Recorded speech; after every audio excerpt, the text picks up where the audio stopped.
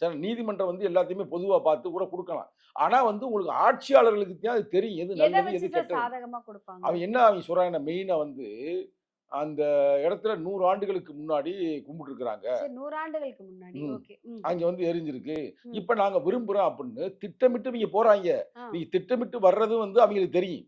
யாரு? நீதிபதிக்கு தெரியும். ஆனா அந்த நீதிபதிகள் என்னன்னா, ஒரு குறிப்பிட்ட நீங்க சொன்ன மாதிரி ஒரு சித்தாந்தத்துல இருக்கிறாய்ங்க. அதான் இங்க இருக்கிற பிரச்சனை. இப்ப இப்போ இதே ஒரு நீதிமன்றம், இது ம். உச்ச நீதிமன்றத்துக்கு போகட்டும் மேல. மேல போனா அவங்க கடுமையா தண்டனையா குடுப்பாய்ங்க.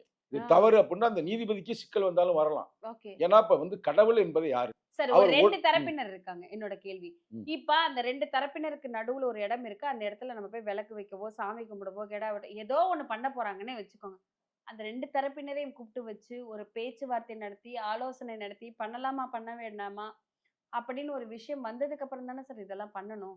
ஸோ இத வந்து கண்டிப்பா பண்ணியே தீருவோம் அப்படிங்கிற கங்கணம் கட்டிட்டு போய் நிக்கிறாங்கன்னா, என்ன காரணமாக இருக்கும்? முழுக்க முழுக்க கலவரத்தை உருவாக்க வேண்டும் என்பதுதான் காரணம். ம். வேறு ஒரு காரணமும் இல்ல. அந்த மக்கள் மக்கள் எந்த கலவரத்தின் அளவு மூலமாக அலர்ட்டா இருக்கணும்? இப்ப நான் எது மக்கள் தெளிவா இருக்காய்ங்க. ம். மக்கள் வந்து இத ஒரு பெருசா வந்து எடுக்க மாட்டார்கள். எடுக்க போறதுக்கான வாய்ப்பும் இல்ல.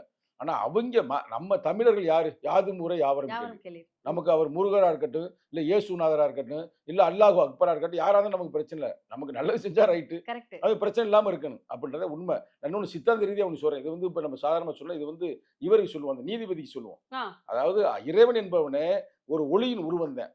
ஆமா. இறைவன். இத நான் சொல்லல. பகவத்கீதையிலேயே வந்து அது சொல்லுது. ம். இறைவன் ஒரு ஒளியின் உருவமாக இருக்கிறான்னு 1. ம். அது இந்துக்களுடைய புத்தகம். அதே மாரி பகவத்கீதை மட்டும் இல்ல.